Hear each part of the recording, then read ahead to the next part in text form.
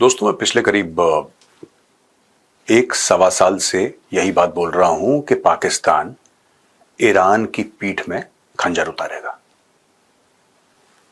जब मैं ये कहता था तो लोग पाकिस्तान से भी भारत से भी कि आप ऐसी बात कैसे कर सकते हैं, आपको नहीं करनी चाहिए और ये बात गलत है। आज की तारीख में दोस्तों मेन स्ट्रीम मीडिया भी वही कह रहा है जो मैंने कहा था करीब 1.5 साल पहले। ये पुराने वीडियोस पहले देखिए आप जरा। अगर यहां पे लड़ाई होती है, अगर ईरान में लड़ाई होती है, ईरान की पीठ में खंजर डालने वाला है पाकिस्तान। पाकिस्तान धोखा देगा ईरान को। एक तो कौमी आदत है पाकिस्तानियों की, राइट? पूरा मुल्क ही धोखे पे बना था, ठीक है? उसके अलावा भी इन्होंने तालिबान को धोखा दिया, इन्होंने अमेरिकन को धोखा दिया, इन्होंने चाइनीज को धोखा दिया, इन्होंने सबको धोखा दिया। तो वो एक कौमी फितरत है भैया, उससे जो ब्लड में होता है आप उससे बाहर नहीं आ सकते। पाकिस्तान जो है ईरान को धोखा देगा। 80 भी मुसलमान थे, तुसी भी मुसलमान थे, we are all good friends और हम लोग सब भाई भाई हैं, ये सब करके पाकिस्तान पीठ पे छुरा मारेगा अगर यहां पे लड़ाई हो गई तो। जब ईरान अपने अंदरूनी मामलों से जूझ रहा होगा, जब वहां पे इजरायली बमबारी चल रही होगी, जब वहां पे अमेरिकन शिप्स इनकी मिसाइल को शूट डाउन कर रहे होंगे, right? I am talking about USS Harry Truman, I am talking about USS Abraham Lincoln, जो 2 कैरियर ग्रुप्स में, Gulf of Oman, Mediterranean Sea, right? जब ये ईरान की मिसाइल को शूट डाउन कर रहे होंगे, उस वक्त पीछे से इनकी पीठ पे, इनकी कमर पे खंजर पाकिस्तानी फौज उतारेगी। ये मेरा वीडियो सेव कर लेना, और खासतौर से तुम पाकिस्तानी जो देख रहे हो, तुम ये वीडियो सेव कर लेना। तुम्हारी कौम ईरान को धोखा देने वाली है, मेजर गौरव आर्या ने बोल दिया। लिख लो पत्थर में, सेव कर लो। अगर ये युद्ध इजराइल का और ईरान का हद से आगे बढ़ गया तो ये जैसे ईरान खड़ा है ना, ये ईरान की पीठ है।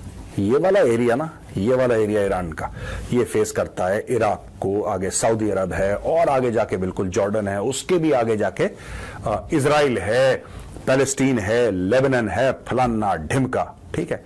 लेकिन बिल्कुल इसकी पीठ पे क्या लगा हुआ है? ये देखो मैप, इसकी पीठ पे लगा है पाकिस्तान। यहीं से खंजर जाएगा दोस्तों। और ये देखिए वियॉन, जो कि काफी एक क्रेडिबल न्यूज नेटवर्क है, दुनिया भर में देखा जाता है, ये वियॉन की स्टोरी है। और ये स्टोरी दोस्तों कई और मेन स्ट्रीम न्यूज़पेपर्स ने छापी भी है। हमने एक का नाम दिया है आपको। पाकिस्तान ने अमेरिका के साथ हाथ मिलाया, और दोस्तों जब field marshal Asim Munir Trump के साथ बैठ के व्हाइट हाउस में खाना खा रहे थे, तब पाकिस्तान क्या बदमाशी कर रहा था, जो मीडिया ने कवर करा है दोस्तों। Pakistan is allowing battlefield airborne communication node BACN of the United States to spy on Iran. Pakistan के एयर स्पेस में अमेरिकन प्लेन्स फ्लाई कर रहे हैं, क्योंकि पाकिस्तान और ईरान का बॉर्डर है, और अमेरिकन प्लेन्स जो हैं वो वहां पे फ्लाई कर रहे हैं। ये है बैटलफील्ड एयरबॉर्न कम्युनिकेशन नोड, और इसका नाम है BACN 11-9001, और इसको स्पॉट करा गया है फ्लाइट रेडार 24 जो साइट है उस पे। इसका क्या मतलब है दोस्तों? इसका यह मतलब है कि जो मैं 1.5 साल से लगातार बोलता चला आ रहा हूं, और हर महीने लगभग मैंने बोला है, हर महीने 1.5 में जब भी ऐसी कोई स्टोरी सामने आई है, मैंने यही बात, मेरा एनालिसिस इसी बात पे निर्भर करता है। और आज तक जहां तक पाकिस्तान है और जहां तक ईरान या अफगानिस्तान की बात है, बार बार एक ही बात मैं बोल रहा हूं, पाकिस्तान ईरान को धोखा देगा। इसके खून में सना है, इसकी फितरत में है, इसकी फितरत में है। और देखिए बात यह होती है कि जो आपकी स्ट्रेंथ है, आप अपनी स्ट्रेंथ पे खेलते हैं, राइट?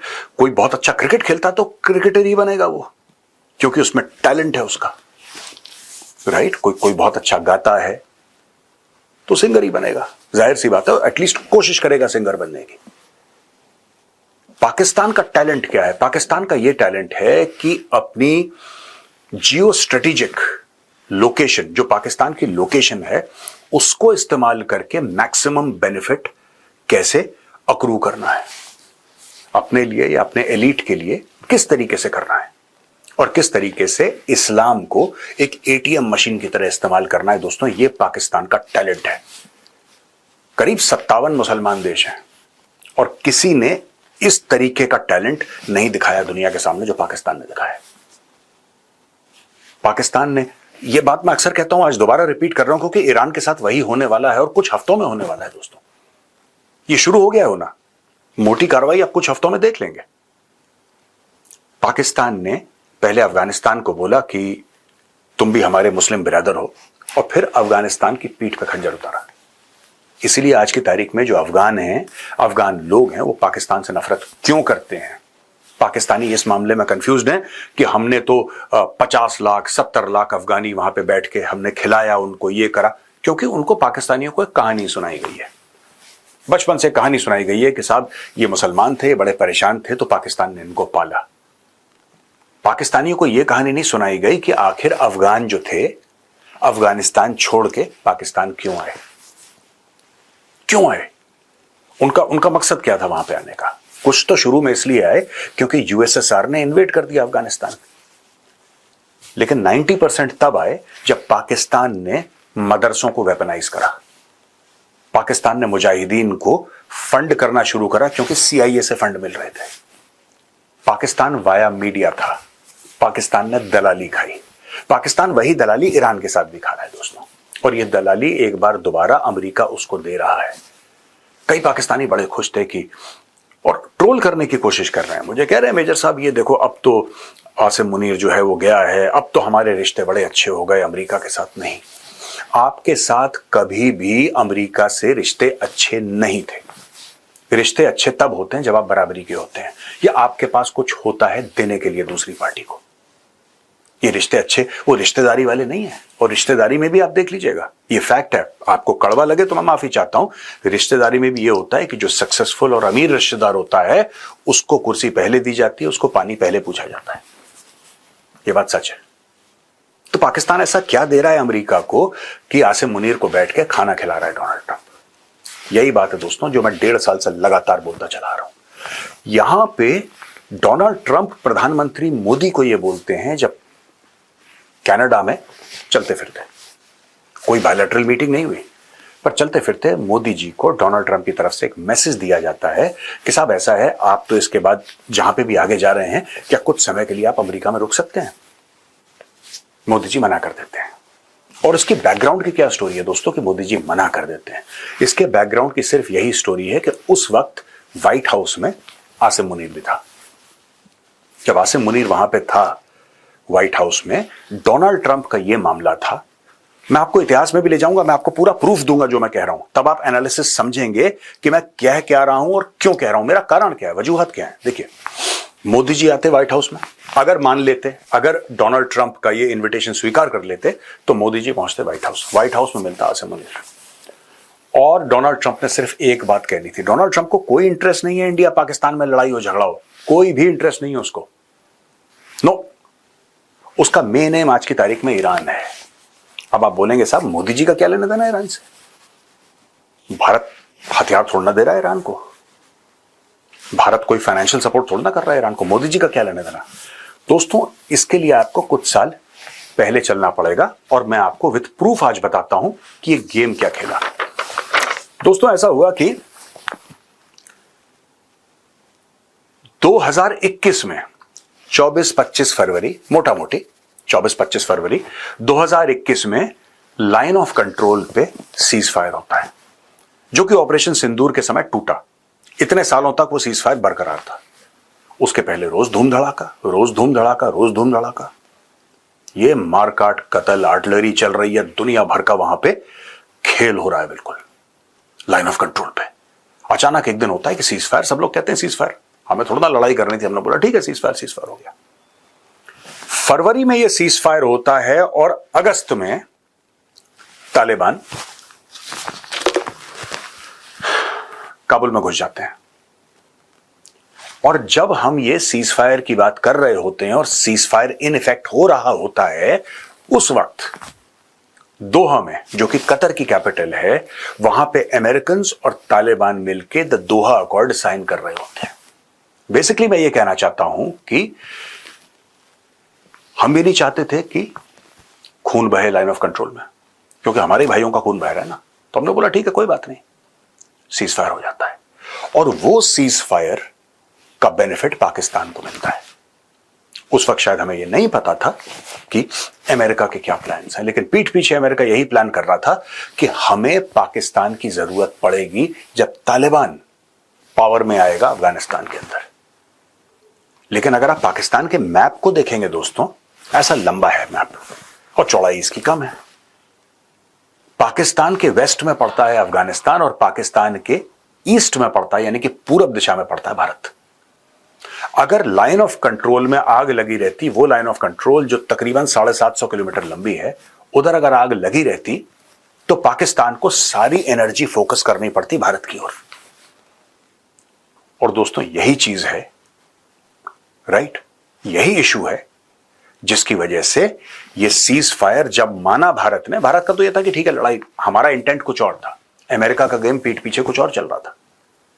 अब रिट्रोस्पेक्ट में कोई ये कह सकता है कि सब ये तो ऐसा था, हमें पता होना चाहिए। ऐसा नहीं होता, किसी के दिल में, किसी के दिमाग में जाके आप नहीं देख सकते। अगर दिल और दिमाग में जाके देख सकते तो 9/11 होता ही नहीं।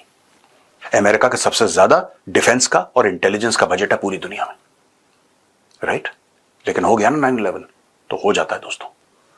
अब बात यह हुई कि भारत ने सीज फायर के लिए ओके कर दिया, और जैसी सीज फायर के लिए मैं बात कर रहा हूं पहले की, जब भारत सीज फायर के लिए ओके करता है लाइन ऑफ कंट्रोल पे, तब तालिबान 3-4 महीने के अंदर घुस जाते हैं काबुल के अंदर।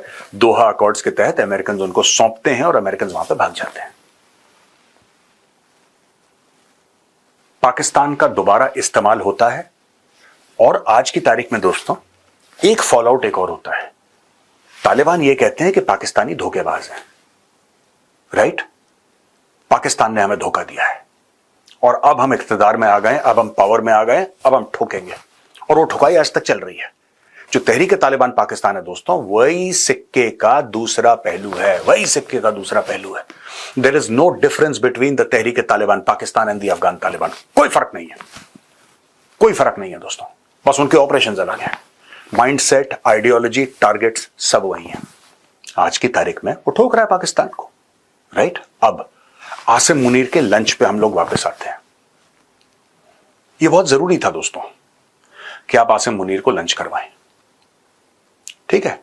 आप आसिम मुनीर को लंच करवाएंगे, आसिम मुनीर बोलेगा ओके, और फिर पाकिस्तान दगा देगा ईरान को।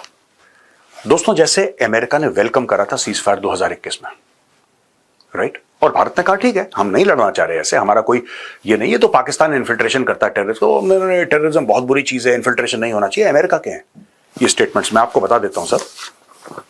नेड price, State Department spokesperson added, "We have been very clear that we condemn terrorists to seek to infiltrate across the line of control.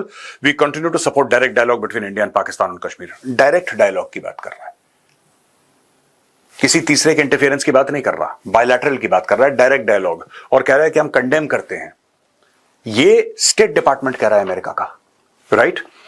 और जेन साकी, then White House press secretary, said the United States welcomes the joint statement between India and Pakistan that two countries have agreed to maintain strict observance of a ceasefire along the line of control starting on February 25th.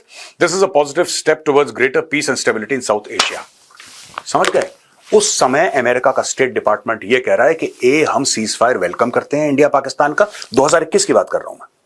और ये जो line of control से पाकिस्तान से भारत की ओर आतंकवाद फैलाया जा रहा है, आतंकवादी आ रहे हैं, इन्फिल्ट्रेट कर रहे हैं, हम इसको कंडेम करते हैं, गलत चीजें नहीं होनी चाहिए। यानी कि अमेरिका उस समय मान रहा है, अमेरिका को सब पता है, कोई बात अमेरिका से नहीं छुपी, लेकिन फिर भी ये जानते हुए आप जब बुलाते हैं, राइट, प्रधानमंत्री मोदी को आप इन्विटेशन देते हैं कि आप व्हाइट हाउस आइए, मोदी जी को पता लग गया कि ट्रंप क्या गेम खेल रहा है। मोदी जी ने बोला कि ठीक है आपका बहुत बहुत धन्यवाद राष्ट्रपति ट्रंप, लेकिन मेरी पहले से कुछ अपॉइंटमेंट्स हैं, मैं आ नहीं पाऊंगा। मोदी जी ने पोलाइटली मना कर दिया, मोदी जी कनाडा से आगे चले गए, जो भी उनका प्रोग्राम था। यही करना चाह रहा था डोनाल्ड ट्रंप दोस्तों, कि चुपचाप मोदी जी की आसिम मुनीर के साथ मीटिंग करवाएंगे और इनको बोलेंगे कि ठीक है साहब, ऑपरेशन सिंदूर को आप थोड़ा सा कम कर दीजिए या खत्म कर दीजिए ऑपरेशन सिंदूर को, राइट। ऑपरेशन सिंदूर को आप खत्म कर दीजिए ताकि आसिम मुनीर और पाकिस्तानी मिलिट्री आपकी तरफ से नजर हटा ले, वहां से प्रेशर कम हो जाए और पूरा का पूरा ईरान पे फोकस कर पाए। मोदी जी ने मना कर दिया और मोदी जी ने दो टूक शब्दों में डोनाल्ड ट्रंप को यह भी बोल दिया कि ऑपरेशन सिंदूर जारी है। अब यह अमेरिका के लिए बड़े टेंशन की बात हो गई कि यार आसिम मुनीर को खाना भी खिला दिया, उसको गद्दारी के लिए, धोखेबाजी के लिए राजी भी कर लिया। अब मोदी जी कह रहे हैं कि ऑपरेशन सिंदूर तो जारी है। यह बहुत बड़ा चैलेंज है अमेरिका के लिए दोस्तों। और मैं आपने पुराने मेरे वीडियो क्लिप्स देखे होंगे, मैंने शुरू में दिखाए थे, आप दोबारा देख लीजिए और यहां पे मैं कुछ लिंक्स भी डाल देता हूं, आप लिंक्स में भी जाके देख लीजिएगा, तब आपको पता लगेगा कि ये अमेरिका का गेम क्या हो रहा है और पाकिस्तान को कैसे इस्तेमाल करा जा रहा है ईरान की पीठ पे खंजर उतारने के लिए। अगर यहां पे लड़ाई होती है, अगर ईरान में लड़ाई होती है, ईरान की पीठ में खंजर डालने वाला है पाकिस्तान।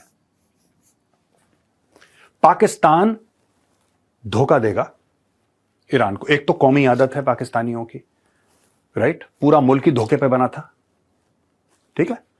उसके अलावा भी इन्होंने तालिबान को धोखा दिया, इन्होंने अमेरिकन को धोखा दिया, इन्होंने चाइनीज को धोखा दिया, इन्होंने सबको धोखा दिया। तो वो एक कौमी फितरत है भैया, उससे जो ब्लड में होता है आप उससे बाहर नहीं आ सकते। पाकिस्तान जो है